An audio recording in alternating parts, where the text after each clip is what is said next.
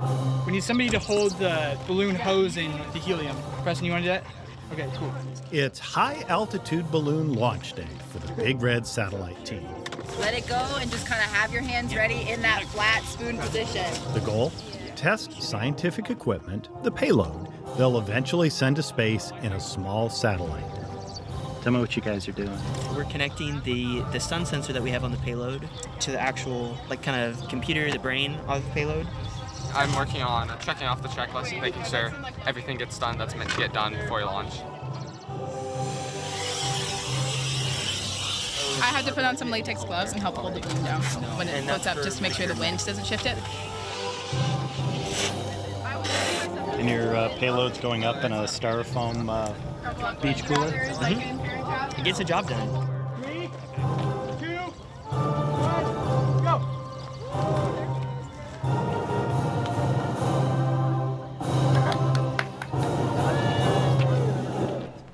Down there. The Big Red Satellite project began in 2020 with Eastern Nebraska middle and high school students selected to work with NASA, University of Nebraska-Lincoln engineering students and faculty, and industry mentors and advisors.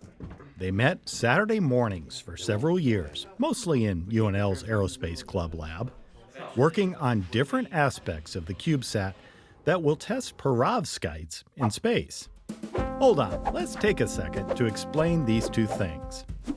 So what is a CubeSat? So a CubeSat, it's a mini satellite, and so it's a cube that's about 10 centimeters square, and it has no propulsion system. So it gets launched into space, and then it orbits, and the orbit decays and it burns up and it comes back. But it's small, but it can carry very interesting experimental payloads. This is the top face of our payload fixture. Groups in lots of states have created CubeSats. This is Nebraska's first, a cost-efficient way to do research in space on things like perovskites. These are minerals that could be used in solar panels to more efficiently power space vehicles. They are much thinner, lighter weight than traditional solar cells. The unique thing about perovskites is that they may be able to collect reflected light and use that as energy, and so that would provide a really useful alternative to current solar panels. Each Saturday presents new tasks, Oh, there's a big leak right here. Where? I already marked it. Got it marked. Okay. like building a chamber to work on the materials in something simulating space conditions. Wait, what's the pressure at now? Almost 101. You said we were going to send one curve every 3 days. Budgeting for data coming back to Earth from the CubeSat. We're trying to see how much data we can send over. Which means what? How we can test our perovskites in space with how much money it costs to send data back to us. Assembling a model of the CubeSat.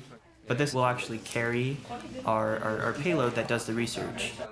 There's all sorts of different steps along the way that really add excitement. Don't want to mess it up. Yeah, it's like, am I gonna It's fix it? Yeah. not yet. A few months before the launch, it's photos and reflections before the CubeSat leaves Lincoln. Smile. You look at all of this and this is science. This is development, engineering, and we've gone through it and we're finally here. Now we're going to space. I started this in high school, and now that I'm in college, it's like, wow, I'm still here. It's cool to see all the iterations that we've gone through and being a part of the team and getting to meet all these new people over the years. So it's just been a really fun experience. My grandfather John McClure started this whole thing, and I feel like he would be really proud of where we're all right now. He wanted to do something to bring aerospace industry to Nebraska, to expose middle school and high school students to these opportunities. 5, 4, The Lincoln entrepreneur passed away before getting to see this. and liftoff at Jackson Center, Space Complex 40. T-minus 60 seconds until deployment of Big Red Sat 1 from the International Space Station. 5, 4, 3, 2, 1, mark.